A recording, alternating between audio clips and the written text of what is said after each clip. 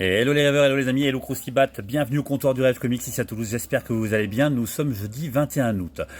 Question depuis hier concernant les Green Lantern et notamment le DC Paperback de Green Lantern. Question, dans le Paperback de Green Lantern, il n'y a que Geoff Johns, j'ai cru avoir lu qu'il y avait aussi le Green Lantern Rebirth. Alors on va essayer d'être un peu précis et factuel tout simplement en vous parlant de ceci.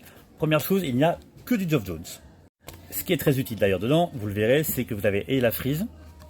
Moi, je kiffe les frises chronologiques évidemment pour resituer un peu les événements dans le temps et dans l'ordre de parution également. Et puis un bon petit résumé au début qui explique vraiment quelle est la situation. À la fin, vous avez toujours les numéros des épisodes américains et les années de parution, les amis. Petit rappel factuel concernant Hal Jordan et Green Lantern dans les années qui avaient précédé tout ceci, donc avaient précédé ceci.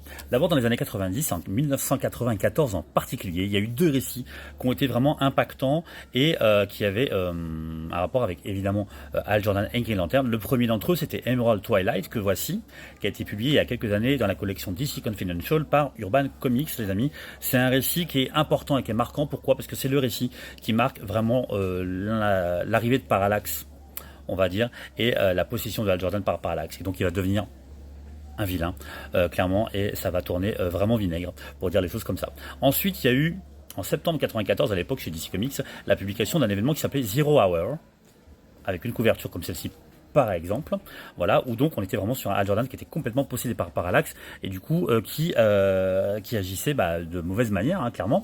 Il y a eu des choses absolument terribles qui se sont passées et vraiment très très graves par rapport à ça. Il y a eu une période comme ça qui a duré un petit moment jusqu'à cet événement-là, Final Night.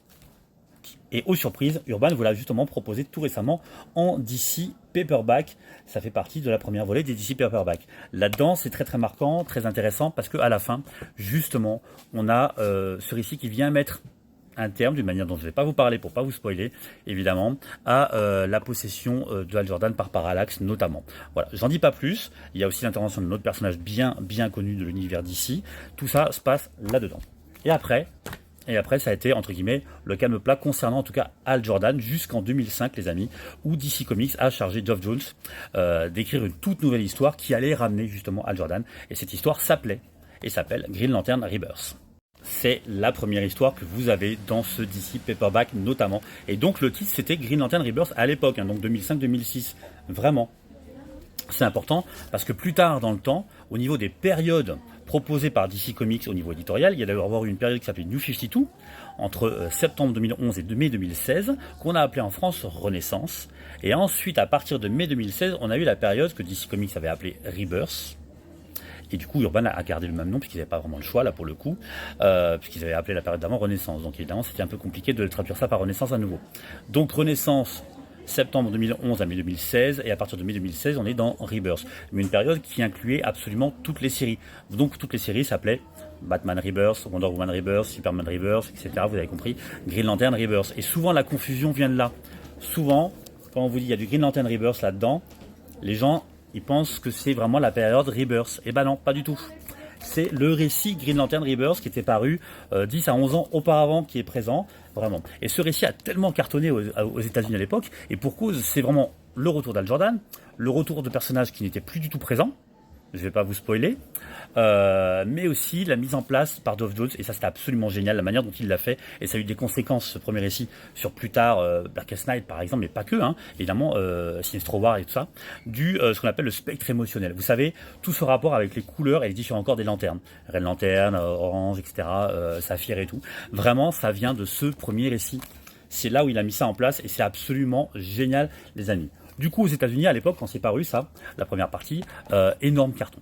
Énorme carton, si bien que ça a validé les plans de DC de lancer une nouvelle série régulière avec Geoff Johns à la baguette. Et donc, ce que vous avez après le premier récit Green Lantern Rebirth, ce sont justement tous les premiers épisodes du run de Geoff Johns sur la série régulière qui a suivi.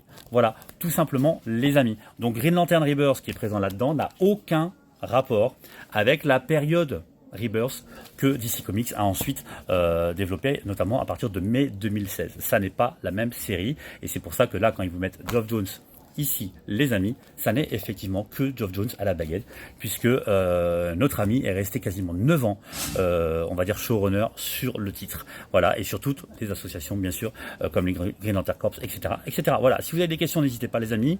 J'espère que c'était suffisamment clair, sinon vous reposez des questions, et j'essaierai moi d'être plus précis, bien entendu. Ça, c'est un must-have absolu.